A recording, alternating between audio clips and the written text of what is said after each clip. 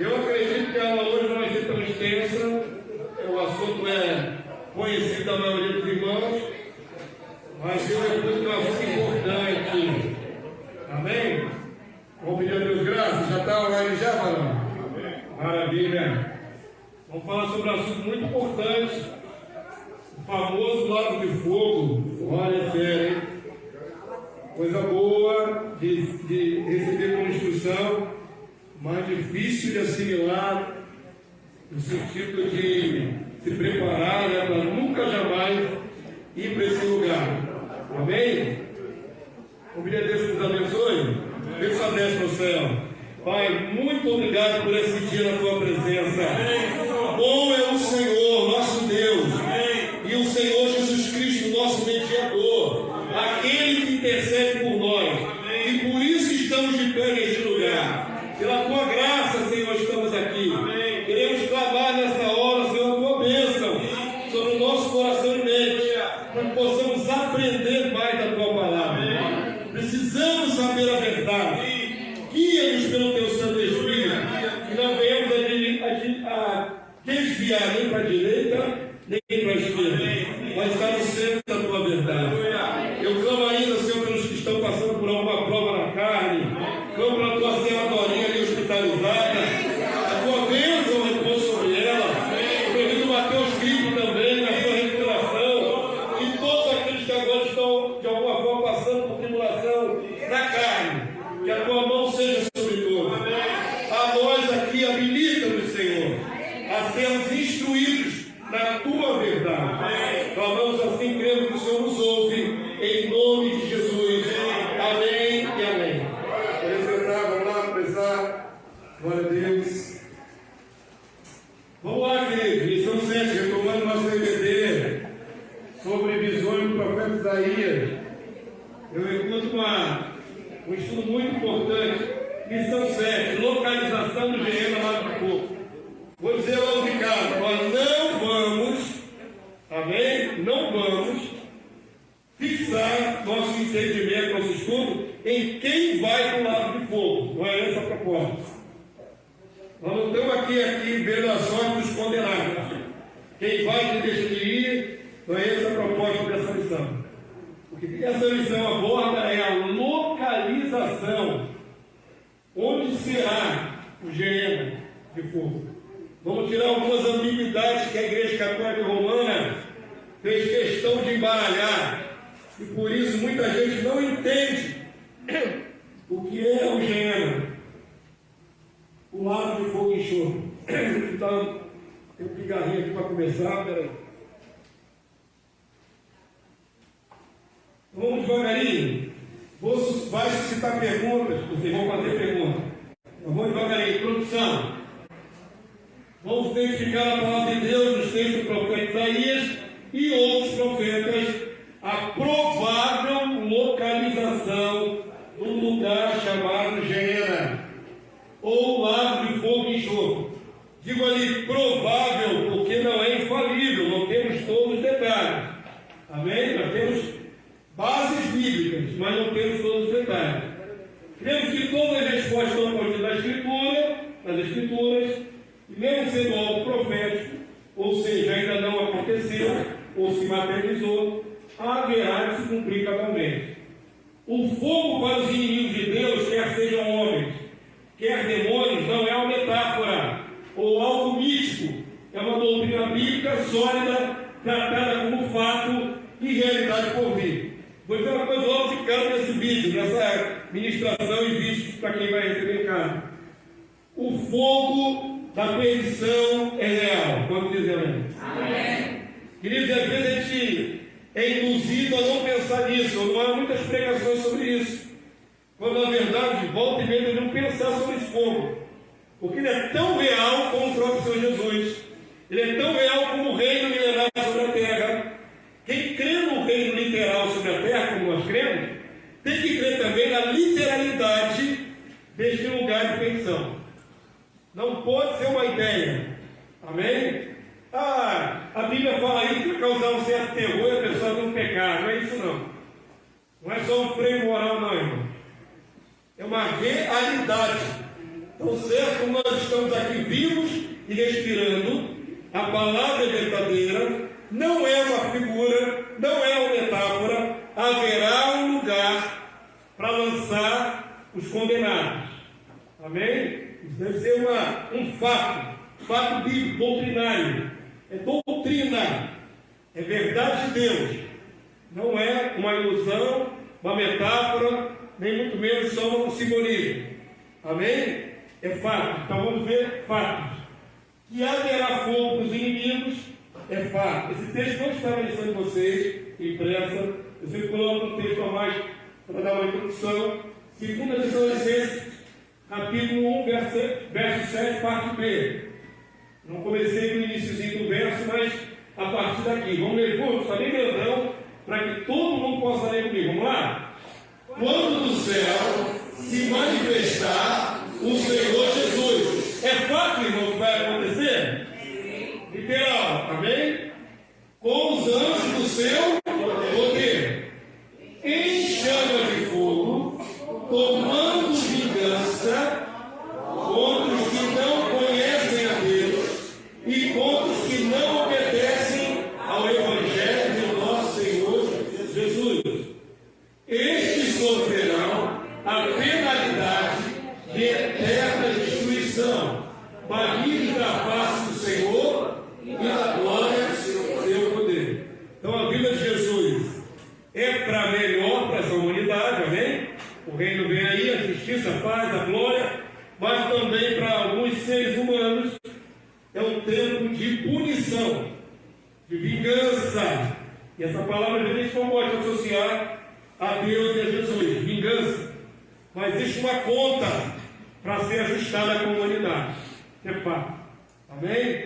Então, tão certo como Jesus vem, tão certo haverá também punição para os ímpios. É fato bíblico, concreto, profecia. Amém? Vamos para mim, vamos lá. Como eu disse, nós não vamos nos ater aqui a questão de quem vai, quem não vai, como é que é o condenado, como é que se torna condenado, não é isso o propósito. Mas a possível localização desse lugar. Tem lugar para jogar os condenados? Tem. Não tem? Todo reino tem um lugar de botar os condenados. Tem? Eu gosto de fazer um paralelo. Vamos ver se vocês lembram daqueles filmes antigos de capa e espada, de medieval. Só quem gosta e quem é mais um pouquinho mais velho. Vocês não lembram, vocês são muito novos. Não assisti mais não, né? Mas aqueles que conseguiram lembrar, onde é que ficava o calabouço, a masmorra? Embaixo da onde? Normalmente no castelo do próprio rei. Não é um lugar afastado. Abaixo do trono do rei, lá embaixo, tinha um calabouço para colocar os presos ali, que depois seriam masmorra, um calabouço, né? Para prender ali debaixo do próprio castelo do rei. Sempre tem um lugar para os condenados, os inimigos, certo? O reino não é diferente, tem que ter um lugar para jogar os condenados. Há alusões a isso no livro de Isaías. Então, vamos começar, como sempre começa, bem devagarinho, introdutoriamente, depois vai aprofundando, tá bom? Vamos ler aqui, ó. Não era incomum a visão de uma destruição através do fogo, né? De uma cidade ou nação conquistada, onde se queimava tanto as construções como os cadáveres dos homens. Se você não for, digamos assim, simplista, nem tem uma visão errada da Bíblia, infantilizada, amenizada, você vai ver que o próprio Deus mandou destruir alguns povos, né? O povo de Israel saiu, passou o fio da espada a alguns povos, incluindo até mandando queimar a cidade. Então, na visão bíblica, era comum, nas guerras, nas conquistas, destruir, matar os homens, né? Às vezes até os animais daquele lugar, e passar tudo a fogo. Então, o fogo já é usado na Bíblia como uma figura de destruição, correto? Como um elemento de destruição, nem figura é figurada, mas um elemento concreto de destruição. Então, quando a gente vê algumas evocações do fogo na Bíblia, na mente daqueles que viveram no tempo de Isaías e outros mais, eles sabem o que é, porque viram muitas vezes destruição com fogo. Amém? Aqui é uma alusão sobre mais uma destruição com fogo, que vai nos dar uma pistazinha, assim, é Deus já dando os insights de onde será o lago de fogo e enxofre, tá bom? Vamos lá, devagarinho. Isaías 30, 33. Está grandão, qualquer um consegue chegar até assim, ó. Vamos lá? O Senhor fará ouvir a sua voz majestosa e fará ver o golpe do seu braço, que desce com indignação e ira, no meio de chamas devoradoras, de chuvas torrenciais, de tempestades e de pedra de saraiva. O juízo de Deus são lançados sobre os inimigos. Verso 31, igreja. Porque com a voz do Senhor será apavorada a Assíria. Presta atenção aqui, ó. Detalhe histórico, tá certo? Está citando um povo que Isaías conhecia, os assírios. É um detalhe histórico. Quando ele a fere com a palavra. Então, queridos, aí que alguém possa ver aqui alguma alusão ao futuro, né, uma aplicação escatológica, o contexto imediato dessa passagem é um juízo breve que viria sobre a Síria. Amém? Inimigo de Israel. Aponta para mim, vai mais um, por favor. Verso 32, vamos lá? Cada pancada castigadora com a vara que o Senhor lhe der será o som de tamborins e harpas, e combaterá vibrando golpes contra eles, porque há muito está preparada a fogueira. Palavra original tofete. Há muito está preparada a fogueira. Não sei se tem Bíblia que já traduz aqui tofete. Talvez uma Bíblia aí traduz aqui, ao invés de fogueira, tofete.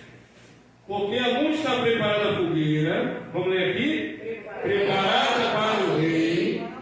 A pira é profunda e larga, com fogo e lenha em abundância. O assopro do Senhor, com torrente de enxofre, acenderá. Aqui é um juízo específico para o povo, a Síria, para o rei da Síria. Isso provavelmente se cumpriu, tá certo? Algum outro povo venceu a Síria e destruiu, e matou e tacou fogo. Só que Deus fala como se ele propriamente tivesse jogado fogo sobre eles. Todo mundo entendeu? Isso aqui já ocorreu na história. O que me interessa desse contexto todo de Isaías?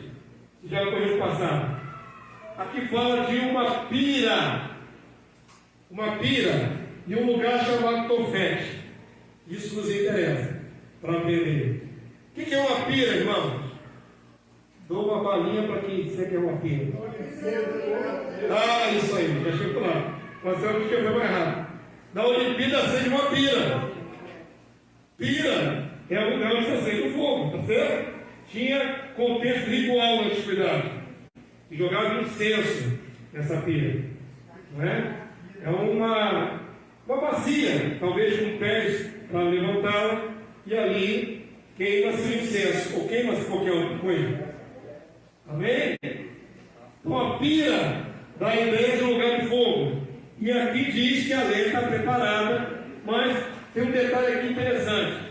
O assopro de Yahvé, o próprio Deus, a acenderá. Guarda esse detalhe. O assopro de Yahvé vai acender o fogo.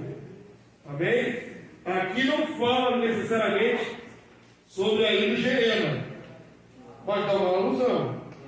Muito superficial. Amém? Por que eu estou partindo desse contexto? Porque nós vamos ter que entender que hoje na face da terra não tem Geena. Tem Geena na face da terra? Não. Não está aceso ainda não, já chegou lá. Isso aí, agora. Está aceso ainda não, ainda vai acender. Na hora certa. Na hora certa. Isso aí, irmão. Boa gente inteligente espiritual. O contexto histórico da profecia diz respeito ao juízo contra a Síria. O termo usado lá para fogueira é tofete. Isso aqui, ó. Traduzido como fogueira, ou lugar do fogo, aponta especificamente para os vales dos filhos de Rinom. Aqui temos um detalhe geográfico. Vamos avançar aqui, avança para mim. Tofete ou vale dos filhos de Rinom. Certo? Está vendo essa imagem feita aí na sua frente aí? É uma reprodução, tá certo? Do que seria o famoso ídolo ou deus amonita chamado Moloque. Agora vamos nos assombrar um pouco, vamos pasmar. É um deus amonita, ou seja, amonita tem o costume de sacrificar bebês, crianças nascidas para essa divindade. Imagina Deus sentado no seu trono e vendo homens na terra, pegando bebês recém-nascidos e jogando no fogo. Imagina um Deus que vê tudo isso. Porque Deus diz que vai destruir, arrasar, acabar com tudo. Não é sem porquê, né? Agora, o que nós devemos pasmar? O povo de Israel, ao longo da sua história, se prostituiu com outros deuses. Entre eles, há uma prática também para o Moloque. O próprio rei Manassés, um dos reis de Israel, pegou um dos seus filhos e tacou no fogo, sacrificando para o Moloque. O que Deus faz com uma criatura dessa? Também não tem que ir para o fogo essa cidadão? Tem que ir para o fogo. Culto maligno a Moloque, onde crianças recém-nascidas eram sacrificadas em ídolos em chamas, se tornou um lugar maldito. A palavra mostra onde ali em Israel havia o culto a Moloque. Levítico 20, verso 2 e 5. Não li todos os textos para não ficar extenso. Na sua folhinha de referência, você pode estar em casa, abrir os outros textos. Está tudo bonitinho lá. O rei Josias, que foi um rei levantado por Deus para uma reforma espiritual, para um avivamento, profanou um lugar chamado Tofete. Lembra de Tofete? Foi mencionado no outro texto de Isaías? Onde é esse lugar Tofete? É o vale dos filhos de Rinom. Segundo Reis 23, verso 10. O vale de Rinom, ou dos filhos de Rinom, é Tofete. E é onde tinha o culto a essa entidade amonita Moloque, onde israelitas mataram bebês recém-nascidos na estátua cheia de fogo. Pastor, eu ouvi falar que o nome Moleque está relacionado a isso, que era o nome das crianças que eram oferecidas a Moloque. Já ouvi falar isso também. Não sei se tem relação absoluta, entendeu? Tem coisas que em português parecem com outras palavras, né, de outras línguas. Moleque pode ter uma etimologia diferente que a pessoa está associando. Eu até posso estudar a origem das palavras, eu gosto muito, mas eu não me aprofundei tanto para ver se moleque estava relacionado a Moloque. Mas de qualquer maneira, tá certo? A palavra Moloque, ela é assim em português, não sei como é que é no hebraico, se a transliteração está correta, tem isso também, tá certo? Vamos ler um texto bíblico aqui. Esse aqui, se eu não me engano, é um trecho de Levítico ou é segundo Reis? Não lembro, não está aqui. Esqueci de colocar aqui a referência. Mas está escrito assim, ó. Também dirás aos filhos de Israel. Levítico e segundo Reis. Segundo Reis, 23. Então é dentro do contexto. Também dirás aos filhos de Israel. Qualquer dos filhos de Israel, ou dos estrangeiros que peregrinam em Israel, que der seus filhos a Moloque, será morto. Matou a criança no fogo, morto para isso também. O povo da terra o apedrejará, e tinha que ser morto a pedrada, lapidado. Voltar-me-ei contra esse homem, disse o Senhor Deus, o eliminarei do meio do seu povo, porquanto deu de seus filhos a Moloque, contaminando assim o meu santuário e profanando o meu santo nome. É tão abominável para a gente a ideia de pegar uma criança recém-nascida e tacar uma estátua em chama, mas o povo fazia isso. E Deus falou: o que fizer tem que ser morto. Pena capital, amém? Tem que ser assassinado a pedrada. O pai que fizer uma loucura dessa. Avança para mim, tem uma imagem aqui que está meio escura, mas aqui é uma representação lá em Israel, está vendo? O altar de Moloque. Está aqui uma pessoa suspendendo nele, e aí taca, lançava aquela criança no fogo, em homenagem à divindade demoníaca.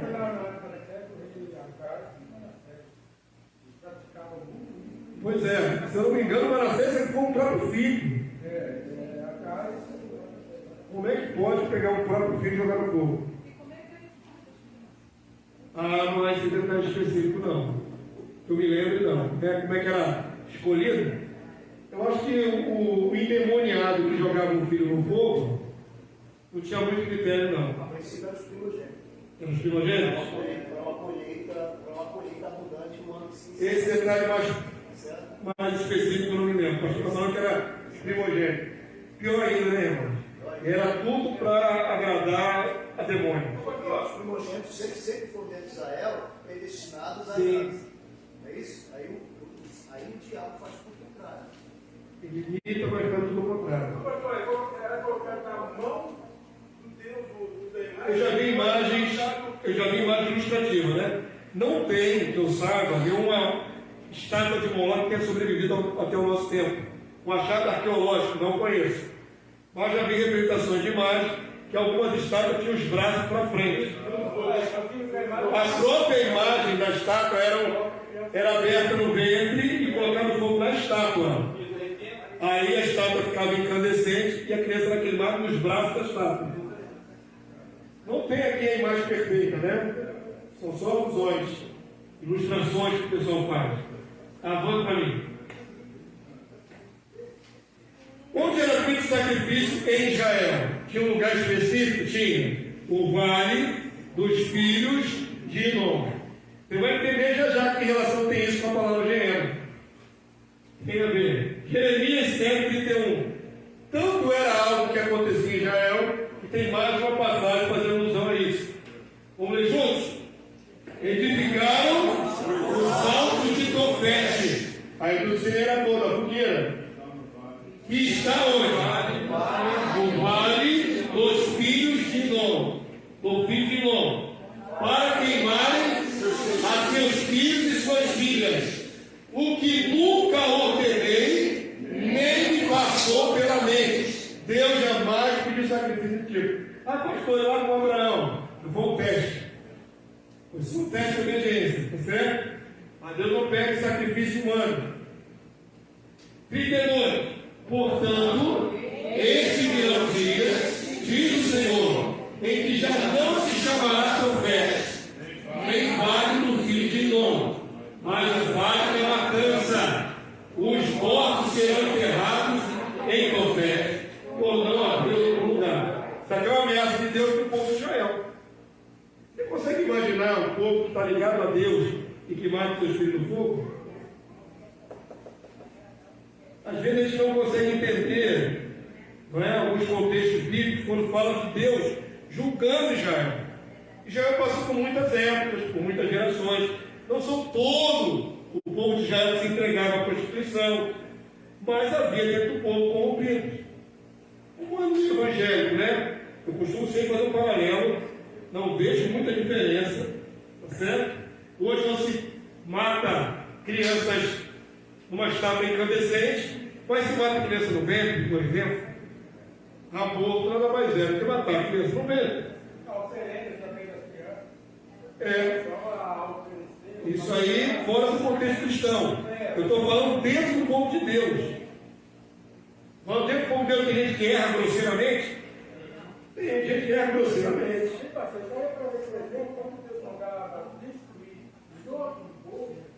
Inclusive os animais, só tem que olhar lá, se não me engano, está escrito sobre a uniões abomináveis.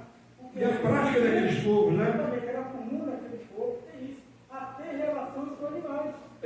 Então, Deus queria separar o povo de Israel e a pessoa vai ter os animais que contaminava até os animais.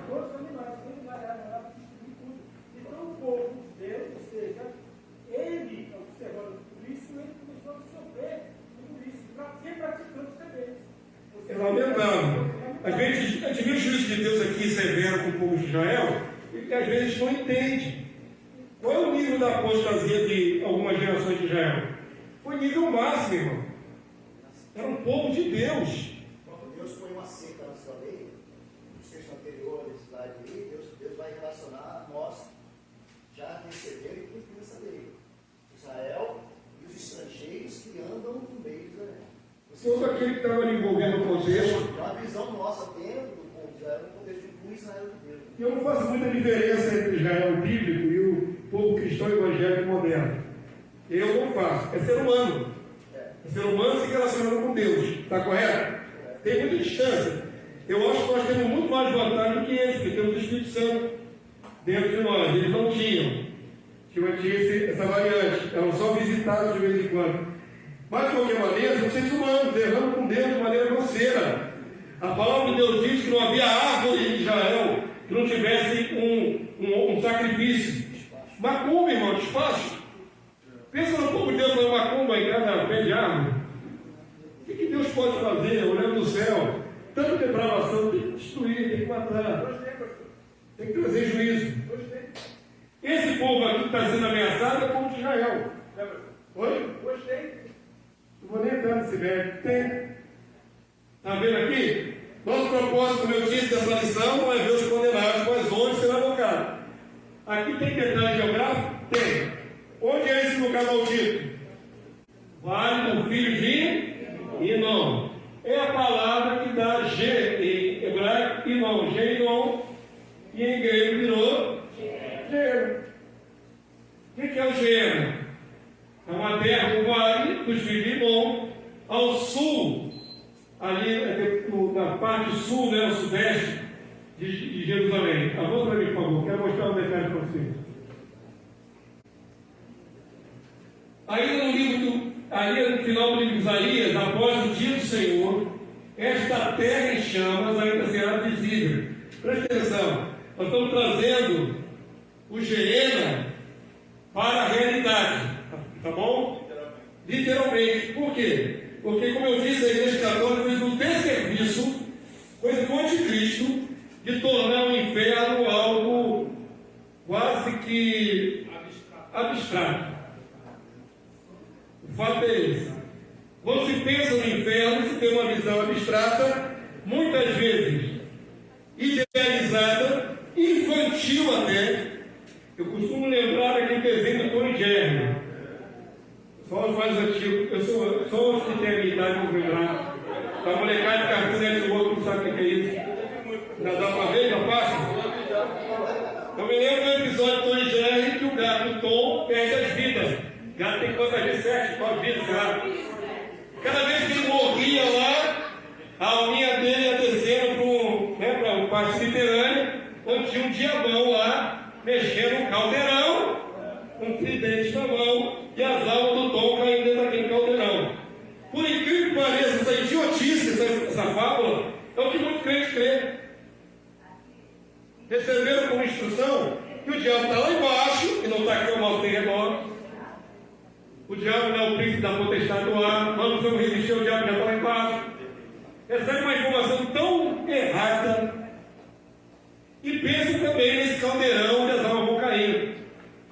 Irmãos, a igreja misturou mundo dos mortos, onde as almas vão receber em custódia, com um lago de fogo que ainda nem se acendeu, ainda não foi aceso.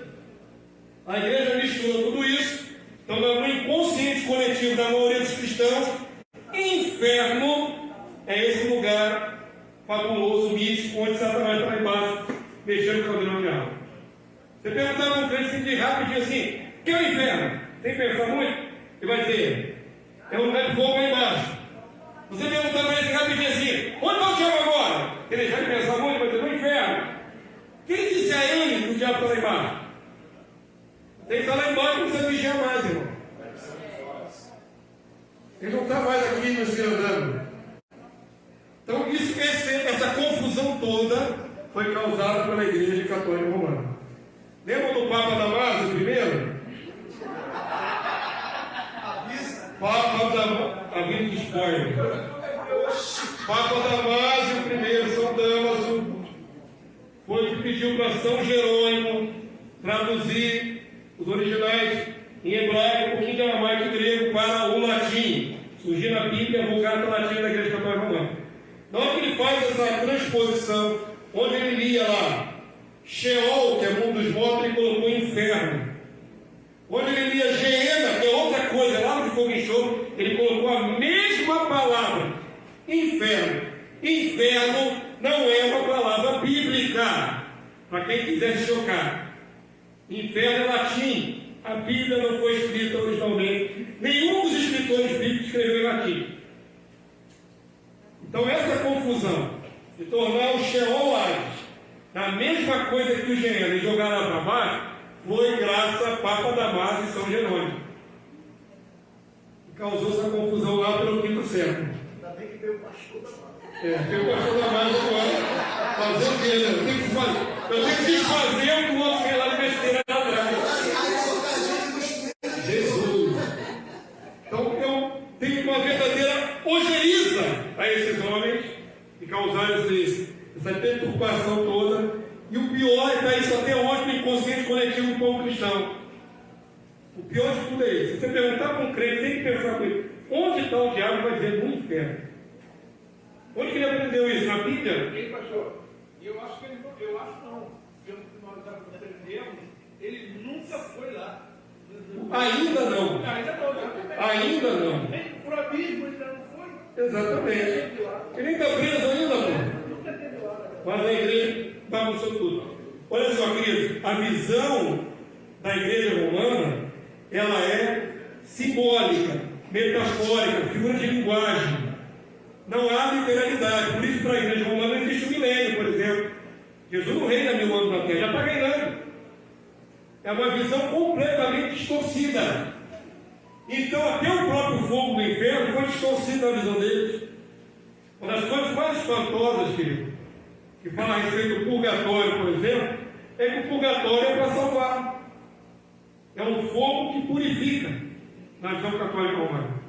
O cara morre todo errado aqui, beberrão, né? Assassino, todo errado, mas ele tem a chance de, pela intercessão de Maria e pelas missas pagas aqui na mão do padre, tirar a alma lá do meio do fogo e passar por uma purificação e ir ascendendo para Deus. Essa é a visão católica romana. É um fogo de salvação. E o Papa atual, o Bento XVI, não, que morreu no Bento XVI, o Bergoglio, o Francisco, diz que não existe inferno. Ele é mais moderninho, então o inferno não existe. Diga, minha irmã. É como se fosse um lugar de resgate, né? Para aqueles que já foram, em que aqueles que estão vivos pagam para eles saírem. Isso aí. Por isso que era as indulgências. Você pagando aqui, você livra a alma do seu pai e da sua mãe lá no fogo. Essa é a ideia católica romana. Seu tio e sua avó ficaram riquíssimos, né? A igreja católica é riquíssima. O Banco do Vaticano é um dos bancos mais ricos do mundo, a custo do engano, da mentira. Jesus morreu em vão. Jesus morreu em vão, porque Maria que tira as almas lá do fogo. A gente vê claramente aí a política pública do governo sendo aplicada dentro da religião. A manipulação. Com fake news. Com fake news. Nós temos uma visão da Bíblia não figurada. Temos uma visão de coisas literais. Jesus vem de maneira figurada ou literal? Literal. Vai reinar nessa terra de maneira figurada ou literal? Literal. Então, por que ver esse lugar que vai ser nacionalizado na Bíblia como algo figurado? Ou subjetivo? Ou só uma ideia? Temos que enxergar detalhes que provem que é literal. Amém? Aquele lugar nos Estados Unidos que é o vulcão na superfície, podia ser uma simbologia da. Todo vulcão. Mostrar que é possível acontecer. Todo vulcão é uma simbologia.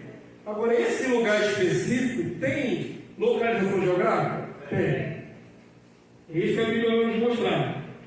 Isaías 66, 23. Vamos ver isso aqui. Essa passagem aqui é pós-volta do rei Jesus, escatologicamente. É o rei já na terra. Isaías 66, 24, 20, até o verso 24, fecha o livro de Isaías. Leiam, por favor, para que nós possamos entender o contexto. Vamos lá? Eles sairão e verão que os cadáveres dos homens que prevaricaram contra mim. Porque o seu verme nunca morrerá, nem o seu fogo se apagará. E eles serão horror para toda a carne, para todo ser humano. Carne aqui simboliza o ser humano. Preste atenção que isso aqui vai ser usado por Jesus nos evangelhos para falar a mesma coisa. Onde o verme não morre e onde o fogo não apaga. Isso é sobrenatural, não é sobrenatural? Um fogo, ele se consome todo o seu combustível e acaba. Um verme no fogo morre. Mas o verme aqui não morre, nem o fogo se apaga. É ao mesmo tempo literal e ao mesmo tempo sobrenatural.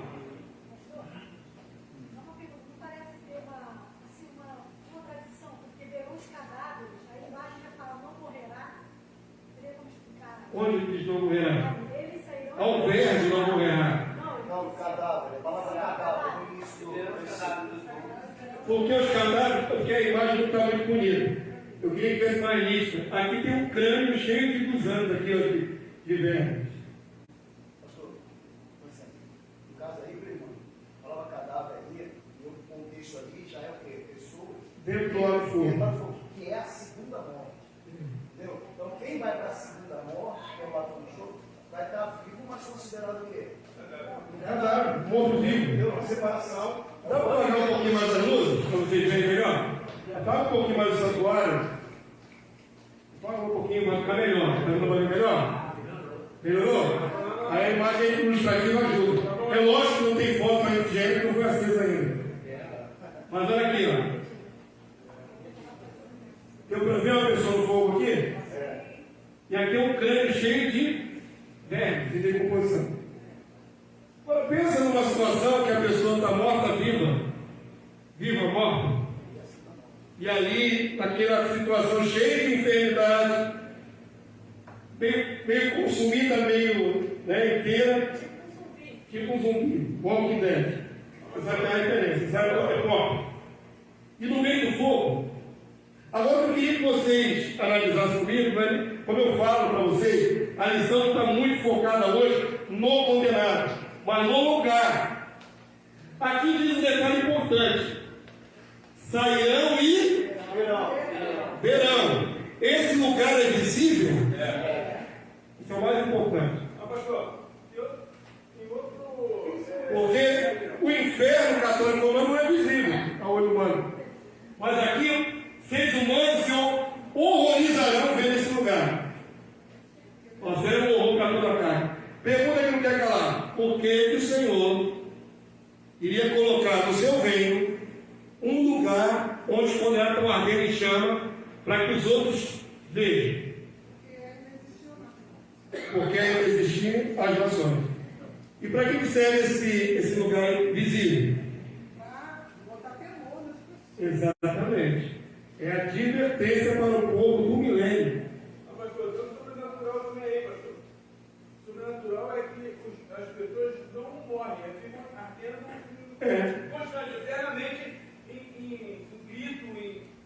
Vocês sabiam que, pegando esse gancho que o diácono falou, existem muitos cristãos que não aceitam essa ideia do inferno literal? Existem cristãos que são aniquilistas. Por exemplo, a igreja adventista é aniquilista. Os testemunhos de Jeová são aniquilistas. O que é um aniquilista? Ele diz o seguinte: Deus não é tão mal assim. Deus vai fazer essas pessoas morrer e desaparecer. Presta atenção. Existem várias correntes aí no meio evangélico aí, aniquilistas. Porque quer ser mais benéfico, mais benevolente do que o próprio Deus. Ele faz o que esse versículo e outros que Jesus disse. Porque você quer ser mais piedoso que Deus? Presta atenção, irmão. Uma pessoa bem maligna, que matou uma criança, estuprou um bebê, merece a morte, merece a morte.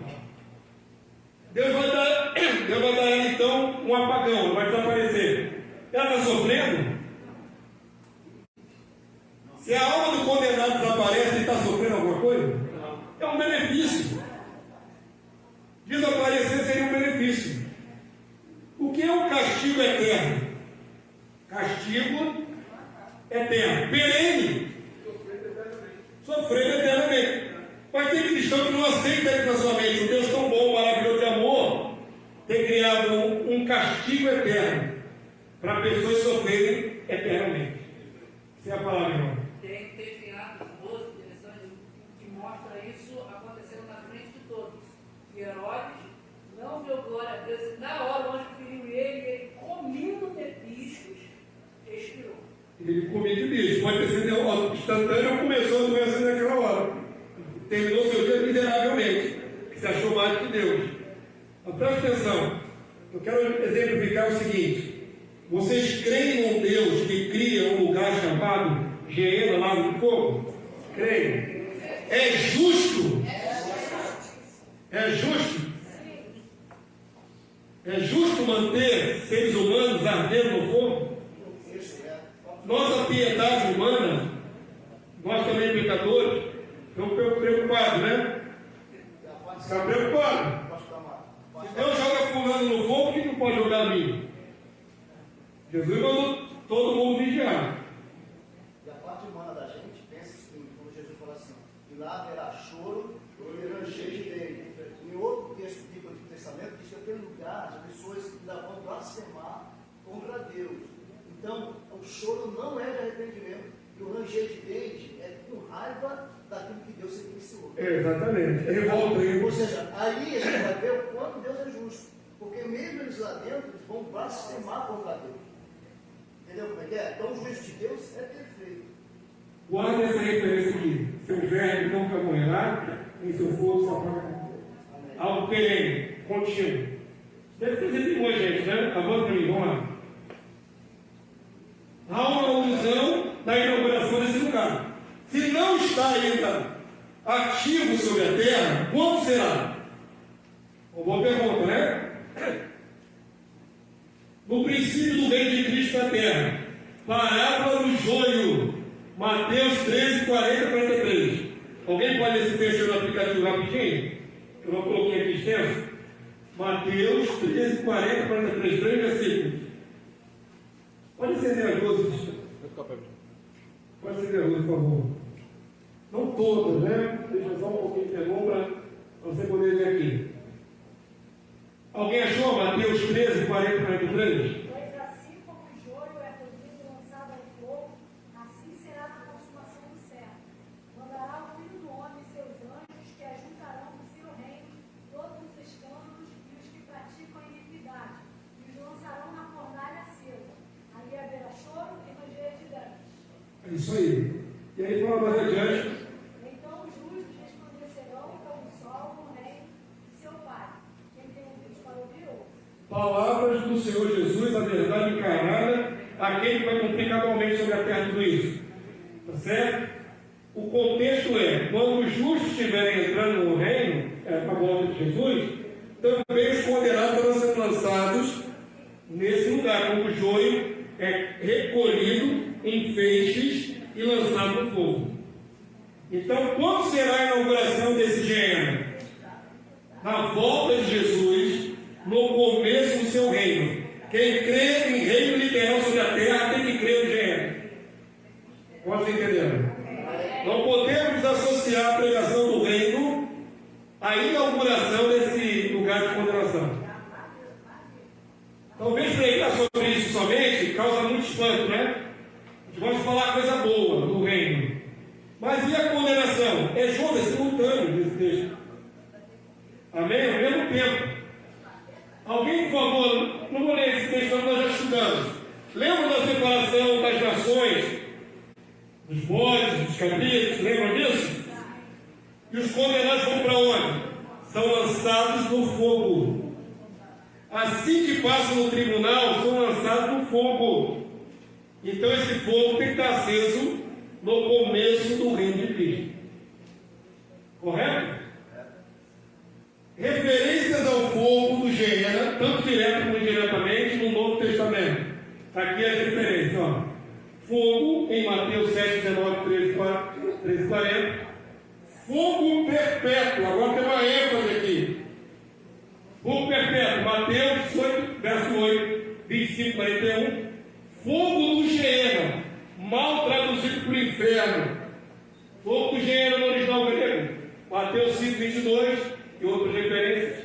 Condenação do Geena. Mateus 23, 33. Fornalha de fogo, Mateus 13, 42. Fogo que nunca se apaga, Geena, Marcos 9, 43. Onde se houver nunca morre, Marcos 9, 44. Choro e ranger de dente, aqui é a diferença. Choro e ranger de dente. Tormento eterno. Dando ideia de perenidade, continuidade, não de um momento somente.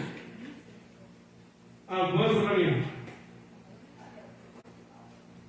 Provável localização. Vamos chegar agora no âmbito da questão. Sabemos que o lugar será real. Então, real com o próprio meio. Sabemos que será visível. Porque quem passar de fora verá esse lugar. Ouvirá os gemidos, as blasfêmias. Sabemos que esse lugar existirá cabalmente, literalmente. Sabemos que Jesus mandará a gente para lá. Por isso sabemos. Mas não usamos a palavra Geena, do vale dos filhos de Enós. Mas quando Jesus fala de Geena, esse vale não era um inferno escatológico, era um lixão. Sabe lixão, irmão? Onde é que tem lixão aí? Lixão. Caxias tinha, né? Quer tirar, lá. Jogava para seropédico. Mas antigamente você chegava na rodoviária de Caxias, já começava a ver lixão por lá, né? Agora é aterro. O que é um lixão? Onde joga dejeto sanitário. No tempo de Israel, tem essa ilustração de bacaninha, o pessoal jogava o dejeto por cima do muro. O lixão tinha um lugar ao sudoeste de Jerusalém, onde a galera jogava tudo quando era dejeto por cima do muro. Inclusive cadáveres, dos próprios animais domésticos e também os condenados. Como aqui ficava o lixão toda hora, exalando cheiro de enxofre, com lixo misturado com cadáveres, quando Jesus fala assim, Geena, na mente do judeu, ele entendia perfeitamente um lugar terrível, né? Feio, em chamas, com cadáveres, com mau cheiro horroroso. Então a palavra Geena é usada dessa maneira. O Senhor Jesus faz menção ao Geena sem indicar um ponto geográfico. No Novo Testamento ele não fala, vai ser a língua circular. Porém, ao falar aos judeus sobre Geena de fogo, logo os ouvintes identificavam o vale dos filhos de Enós, o lugar maldito e lixão em chamas. Hoje, o outro lugar é o Wadi Rabab, que era usado como incinerador de lixo, onde eram queimados também cadáveres de animais, até homens, e acabava sendo uma ilustração bem viva do Geena escatológico. Então, Deus estabeleceu isso aqui. Geena no tempo de Jesus era um lixão. O Geena escatológico não fica nos muros de Jerusalém. Vamos entender, por favor. É outro lugar. Amém? O Vale dos Filhos de Enós é uma referência, onde antes era um lugar maldito. Se você pegar um avião agora e for lá para Israel, você vai chegar nesse lugar aqui, ó. Provavelmente é um lugar urbanizado. Cadê a chama de fogo? Entenderam? Então, esse lugar remete para outro lugar. Vamos ver já. Diga, meu irmão.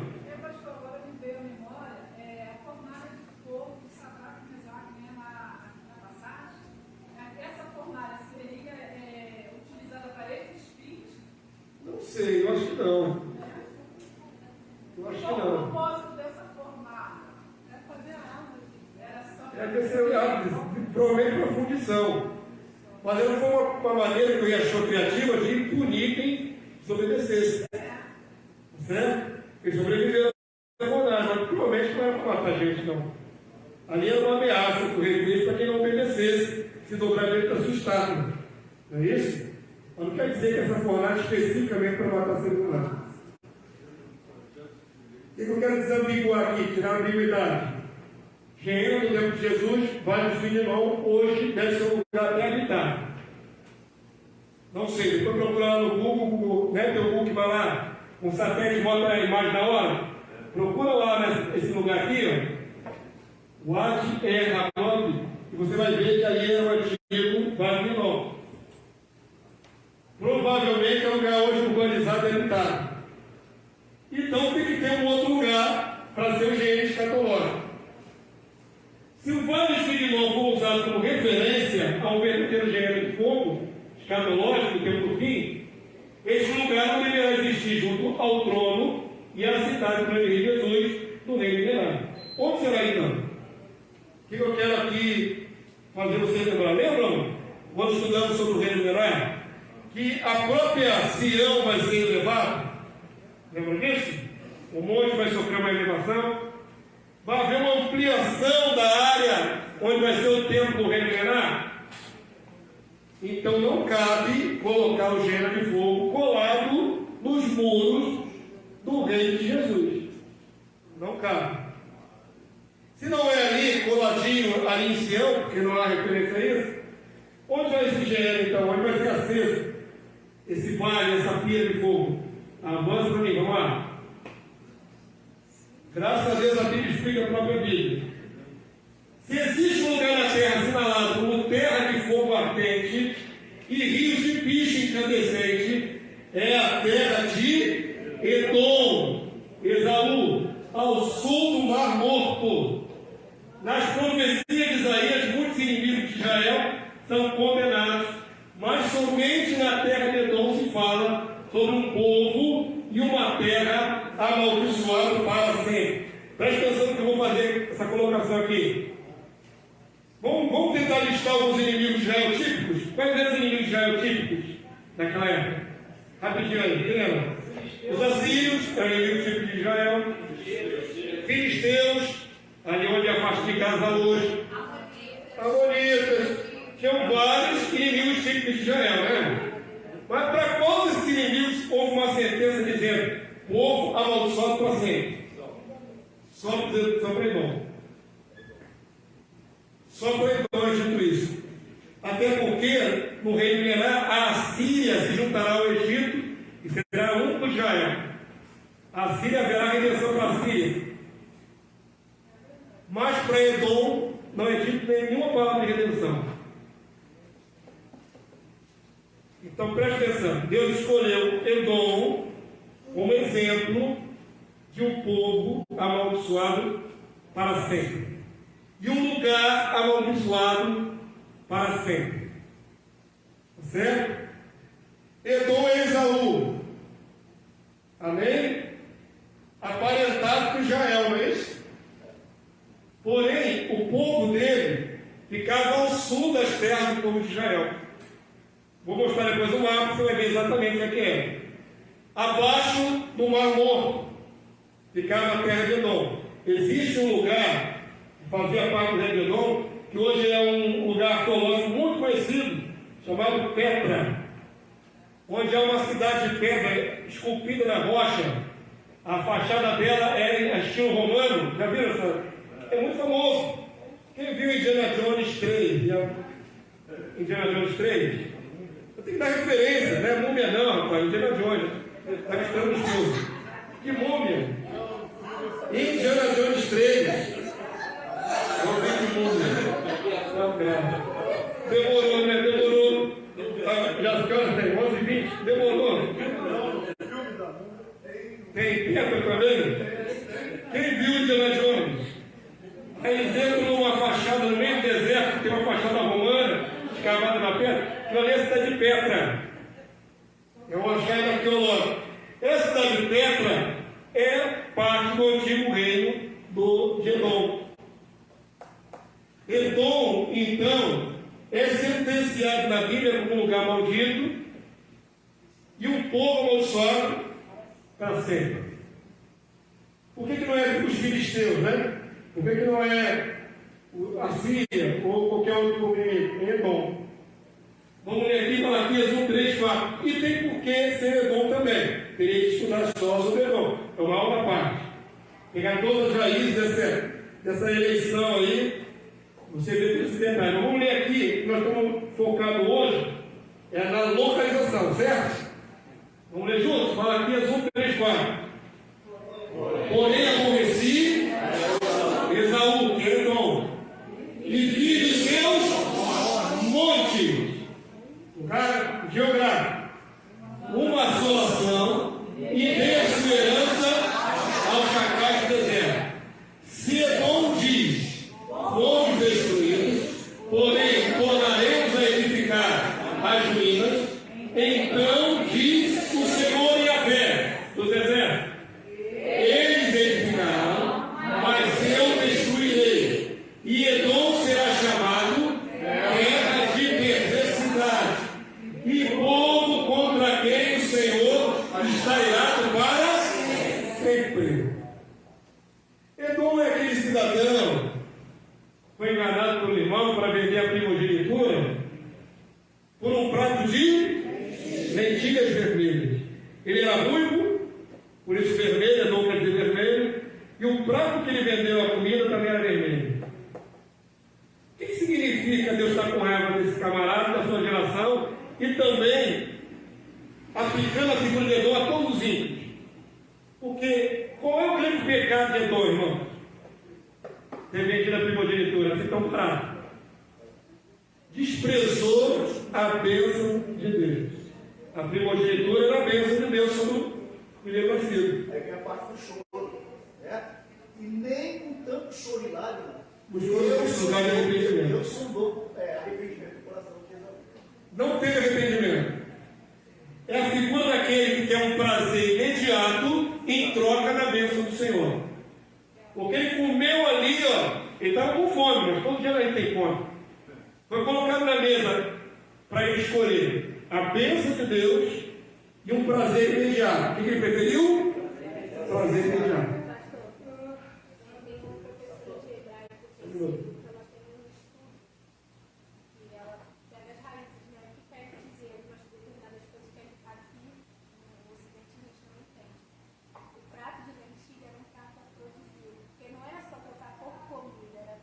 Prazer mesmo, literalmente por prazer. Se era assim, então piorou. O cara era carnal, só pensava em coisas carnais. Então, para que a bênção de Deus? Primogenitura era uma coisa muito importante para se tentar só em uma refeição. Então, aquilo tinha algo para Tinha a ver com herança, irmão. O primogênito tem a ver com herança.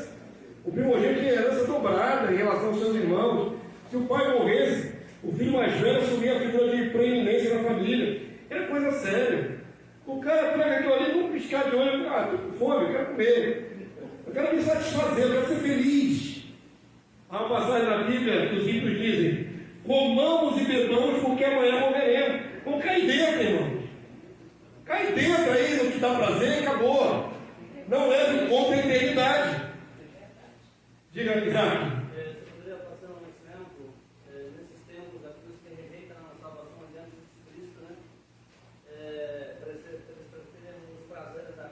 Uma vida de pecado. Do que viver uma vida de santidade, onde receberá uma coroa. É mais ou menos isso, trocar o que é eterno pelo passageiro. Deus rejeitará nele, Deus, como pensamento da condenação, cuidado. Assim pode ser jogado no lago e no choque. Então, Edom passa a ser um tipo de todo aquele que rejeita a bênção de Deus. Amém? Não é só Edom. Eu vou falar mais adiante que os edomitas praticamente desapareceram da terra. Sobrou poucas tribos descendentes de Edom. Literalmente, hoje, século XXI, não existe quase edomita. Edomita nascido da raiz, né, do antepassado Edom. Poucas tribos, poucos descendentes. Então, como é que vai se cumprir essa passagem? Vai se cumprir em todo aquele que tem um comportamento semelhante a Edom. O espírito, né?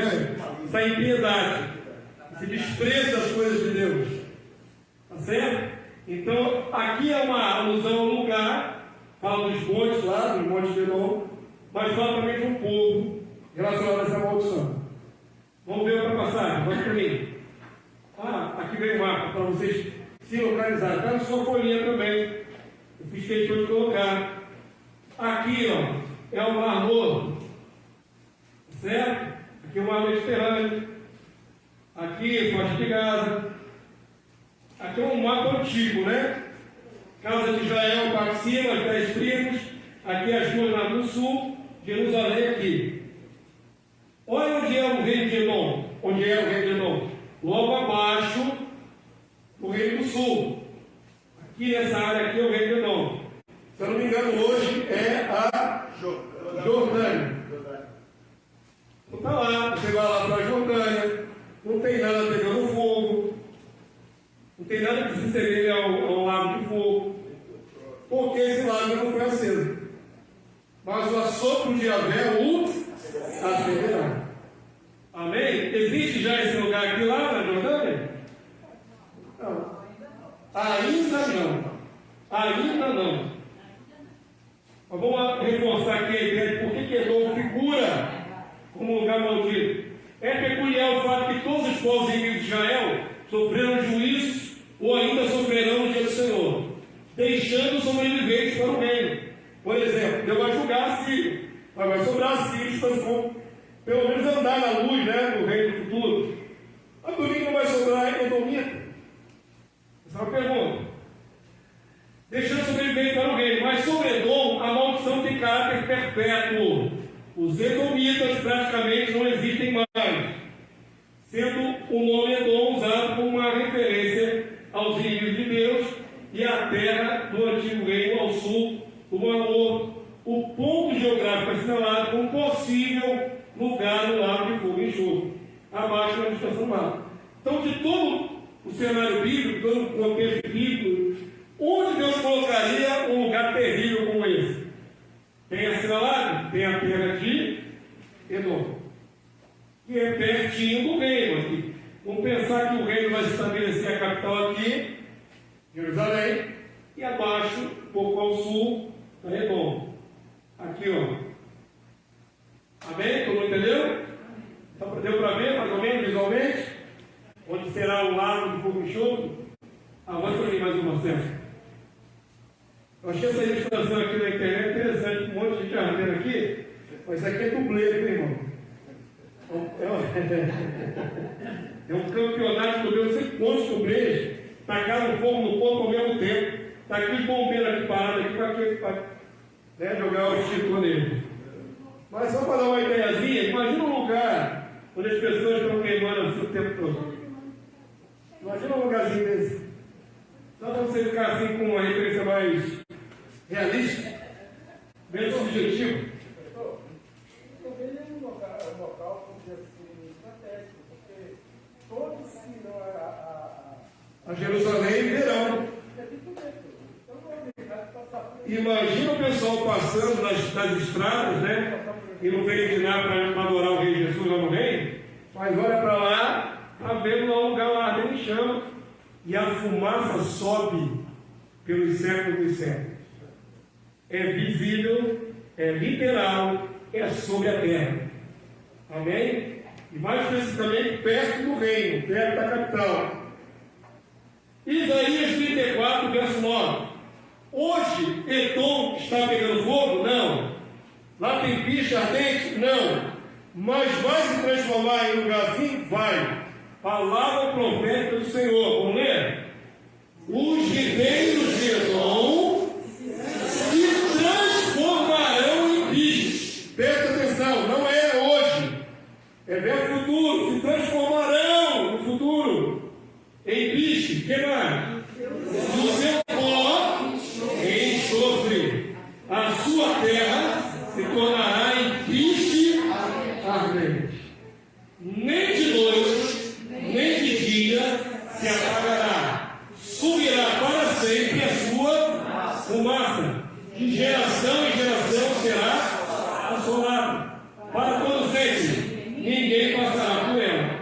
A minha pequena se jogará no planeta.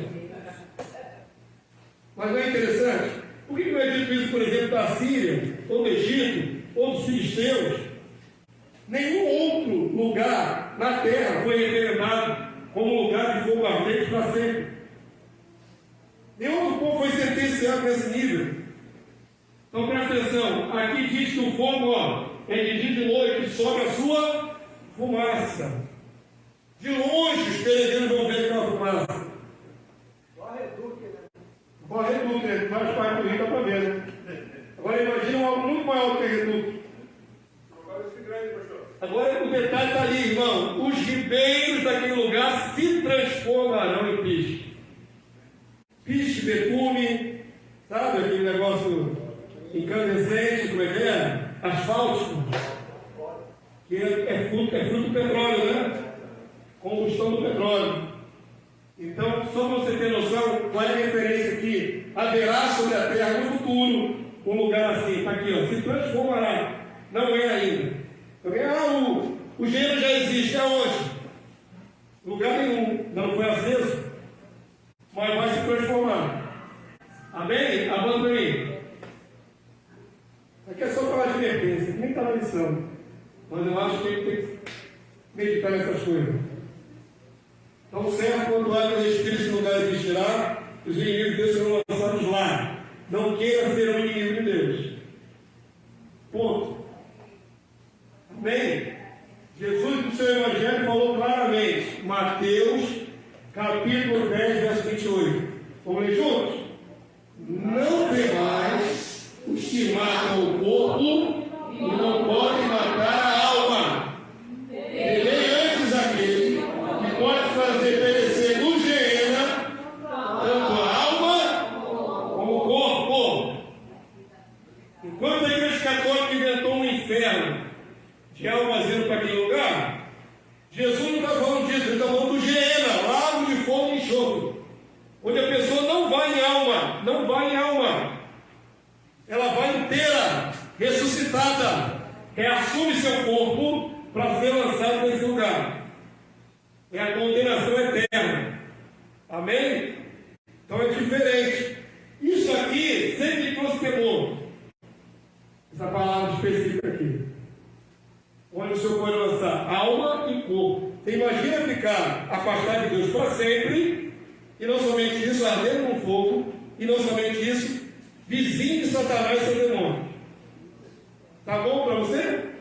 Tá não, né? Dispensado.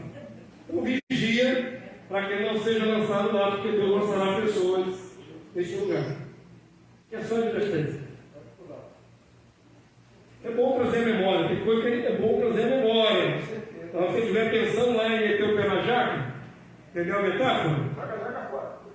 Lembra do foguinho, é perto. Muita gente boa se desviou da fé, que é candidata ao fogo. A palavra de Deus diz: arrebatais do fogo, mas pode ainda salvar alguns irmãos. Arrebatar do fogo, o fogo não é uma metáfora. O fogo vai ser de verdade. Bem, o fogo não é uma metáfora. No princípio do governo do rei Jesus, anjos e homens serão lançados na água de fogo e enxofre. Como a besta, eu falo profeta, para finalizar a lição. Apocalipse 19, 20. Vamos ler juntos? Mas a besta foi aprisionada e com ela o falso profeta, que com os sinais feitos diante dela, seduziu aqueles que receberam a marca da besta, e eram adoradores da sua imagem. Os dois foram lançados vivos dentro do lago de fogo que arde com enxofre. Então, isso aqui é na volta de Jesus. Vence a besta com o profeta e já joga de lá. Começo do reino milenar. 1000 anos depois, solta o diabo que estava preso no abismo. O diabo faz aquela última peneira na humanidade. É vencido também porque desce fogo do céu e destrói todos os quem conquistou ali como rebelde. E aí, finalmente, o diabo também é lançado no lago de fogo e enxofre. Então, inaugura-se o lago de fogo no começo do reino, e 1000 anos depois continua ardendo. É quando finalmente Satanás encontrará seus amiguinhos demônios. Amém? É interessante sempre lembrar que Satanás não é lançado lá no fogo antes ou durante o milênio, só depois dos 1000 anos. Pastor, mas no caso, no pós-milênio, não vai ser mais essa localização, né? Porque essa localização abrange a Nova Jerusalém que desce. Aqui tem um mistério, né? Alguém já descobriu o mistério? Meus colegas descobriram algum mistério? Tem na Bíblia a referência? Só não fala o local exato, né? Mas Pois é, aqui tem um mistério. Esse lugar, eu quero primeiro fixar no coração de vocês que ele é inaugurado quando, irmão? Quando é que é inaugurado? Quando Jesus desceu do céu. Para julgar as nações, tá certo? Ele dura durante 1000 anos. Vem milenar lá, vem lá, chama sobe a vida toda. Mas quando vem a Nova Jerusalém, novo céu e nova terra, não é dito mais onde ele está. Só que continua existindo. Porque a advertência continua, né? Para lá foram os feiticeiros, os ladrões, os assassinos. A referência continua. Esse lugar não desaparece. Mas para onde vai o gênero de fogo? Não há nenhuma pista. Também não tem as dimensões. Não há uma dimensão de metragem, né? Você está falando, de quilômetros e tudo mais. Ele não seria lançado no abismo junto com o Jó? Oi? Ele não seria lançado no abismo também? Não. A dimensão do abismo é que é lançado no lago de fogo, não é o contrário. O mundo dos mortos é lançado dentro do lago de fogo. A morte e o inferno serão A morte e o inferno são lançados no lago de fogo. Não o contrário. Não é que o Geena vai para dentro do abismo, não existe isso. É o abismo que vai para dentro do Geena. Mas não há mistérios. Eu vou prometer, deixa eu ver, o doce é muito pouco. Deixa eu ver o que eu vou dar para você. Uma pizza? Para quem achar referência na eternidade para onde foi o lago de fogo show? Difícil. deve ser mais ali, né, pastor? Mas aí entra na área da conjectura, não deve ser. Eu quero prova material, preto no branco. Mas se a Nova Jerusalém vai abranger toda aquela área ali, que a Nova Sim. Jerusalém Eu posso conjecturar um monte de coisa, até que eu jogar no espaço. Já da terra jogar no espaço. Conjecturar pode, quero ver preto no branco. Me mostra um texto bíblico aí para eu ficar feliz. É literal, espiritual, eu acho. O quê? Isso aí, gente. É os dois. É tanto físico quanto espiritual. Porque olha só, bilhões de pessoas serão jogadas ali. Então, Tecnicamente tem que ter um lugar grandão, né? Mas não há nenhuma referência a metragem. não, Quilômetros, nada disso. pelos estudos que tem na fala sobre milênio, sobre aquilo, mais pessoas irão para lá do que cá. Isso, mas só no juízo. Vamos lá, vamos tentar imaginar. Nós estamos aqui no plano da imaginação. Não tem texto bíblico para mostrar isso literalmente, tá bom? Vamos lá, a mente não se fértil. Vamos tentar passar o filme. Jesus volta, desceu do céu, abriu o céu, batalha do Armagedon, matou um monte de gente, prendeu a mesma falso profeta nesse lugar, inaugurou, acendeu esse lugar, ao sul do Mar Morto, tá bom? Não tem uma quilometragem muito extensa ao sul do Mar Morto, a menos que o Geena se estenda até a água, dentro do Oriente Médio, não tem essa informação. Bem, fisicamente, quem iria para o Geena no começo do reino? E mais quantos bilhões de pessoas? Quem faz parte vem da besta, marcar pela besta. É muita gente para jogar lá. Realmente a gente está pensando de maneira literal. Aí tem um upgrade. Porque depois que acabar o milênio, vamos imaginar, só para efeito de comparação, que são lançados lá 5 bilhões de pessoas. Muita gente. Muita gente. É lançado no começo do milênio. 5 bilhões de pessoas estavam vivas, foram sentenciadas e olham na vida. Mas tem outra parte da humanidade contrária que está no mundo dos mortos, esperando o dia da ressurreição. Segunda morte. O juízo final. 1000 anos depois, vem o juízo final. Agora tem que lançar o restante dos ímpios também nesse lugar. Mais a terça parte dos anjos. E mais a terça parte dos anjos. É gente que não acaba mais e mais demônio que não acaba mais. Então, será que ele vai ser ampliado? Será que ele é mais profundo?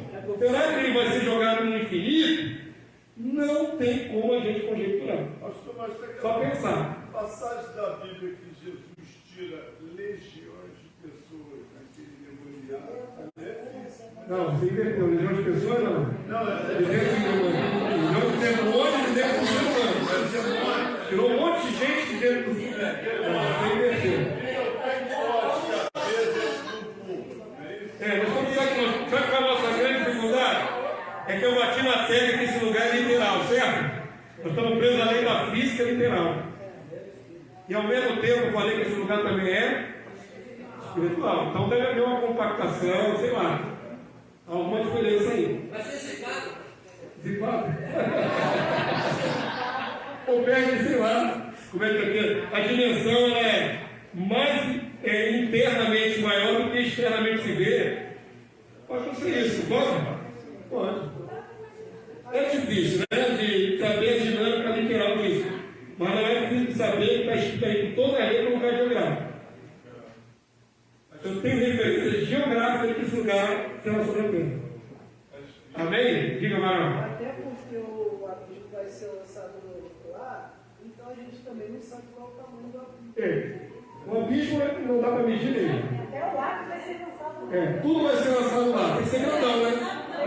Ou já é grandão, vai ficar maior ainda. Uma resposta simples. Deus é Deus. Ele sabe, isso aí. Ele pode brilhar. Qual é o tamanho do engenheiro? Não faço a menor ideia, Deus é que sabe. Pronto. O que está revelado é para o homem, o que não está revelado é para ficar. Agora, o que importa de tudo isso? Tamanho ou realidade? Realidade. Segundo, eu não quero ir. Vou me esforçar, vou falar aqui. Então, quem não quer isso, está de pé. Quem não quer isso, está de pé. Será que alguém quer ir para lá? Eu estou falando de perdição eterna, de sofrimento eterno, tudo horrível. Acho interessante. É para aliviar a atenção, né, irmão?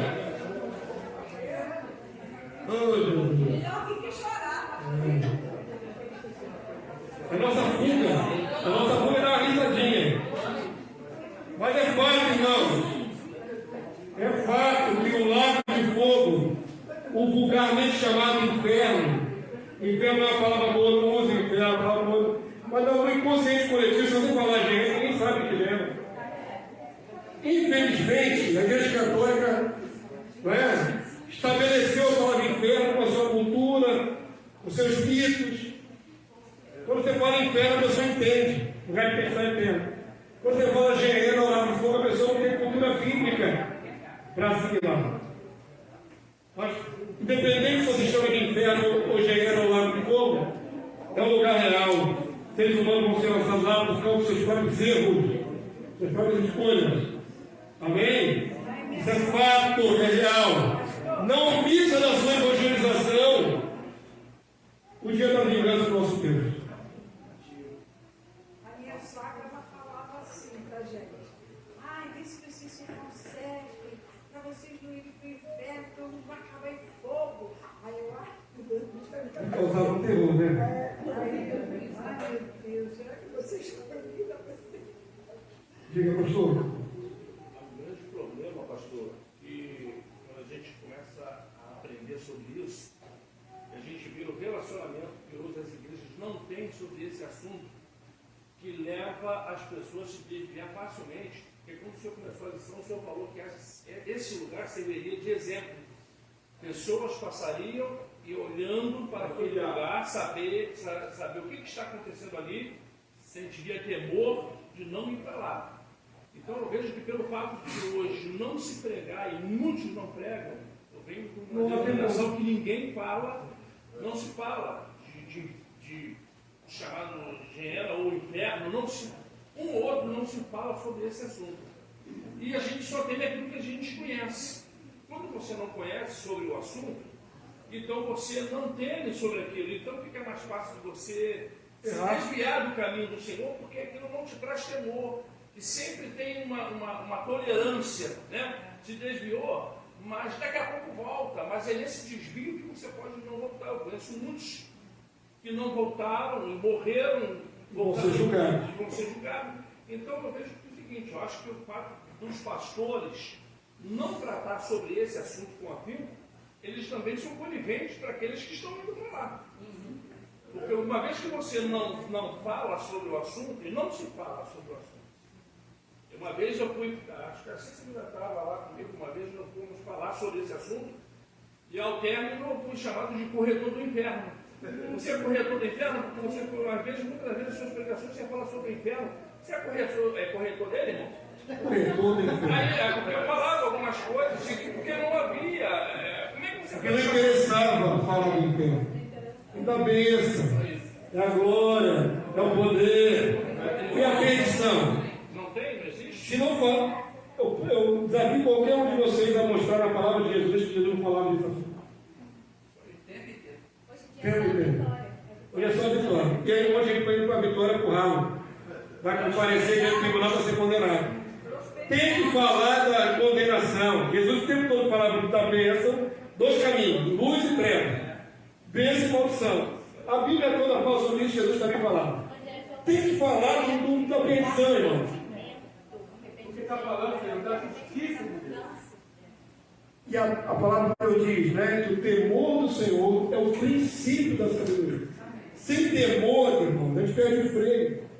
Sem temor, a gente vai em tudo para o pecado. E o salário do pecado é morte, morte eterna, lá no fogo e enxofre. Eu não acho nada engraçadinho.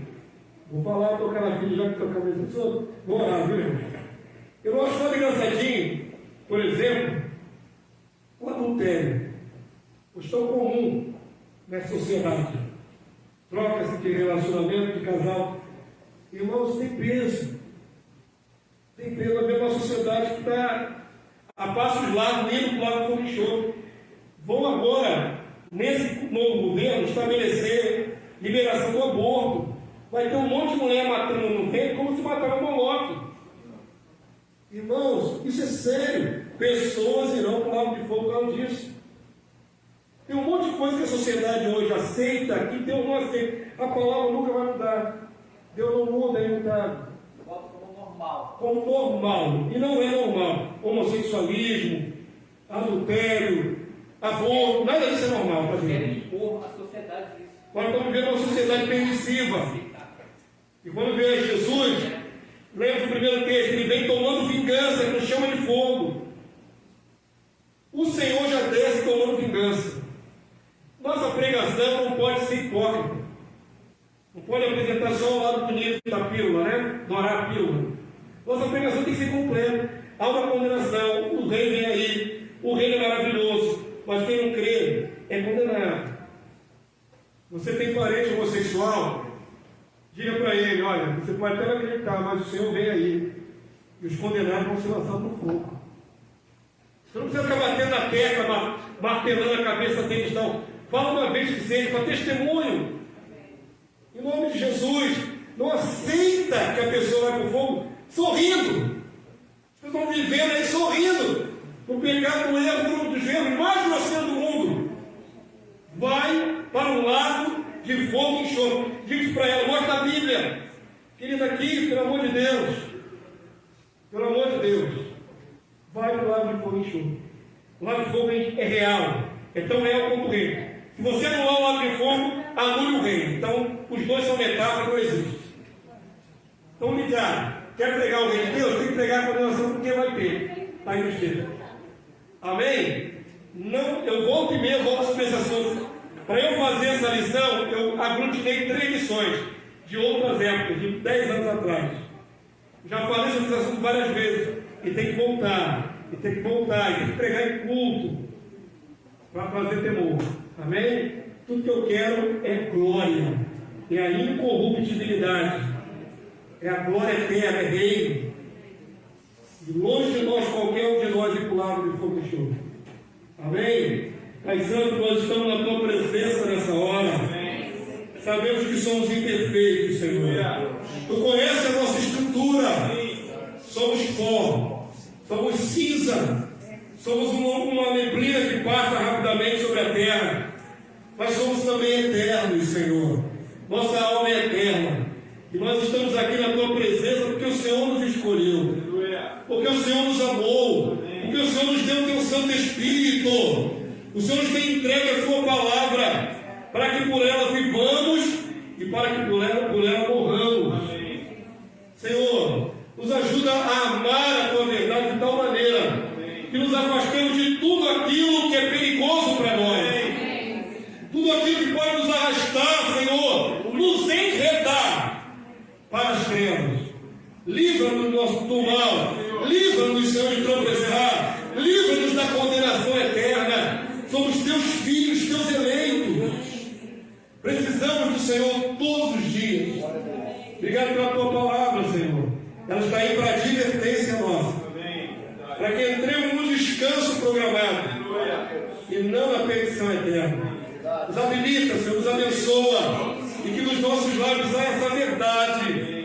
Não temos medo de falar, não temos medo de confrontar o pecado e o pecador, para que ele se salve, para que ele tema, para que ele desvie do caminho errado.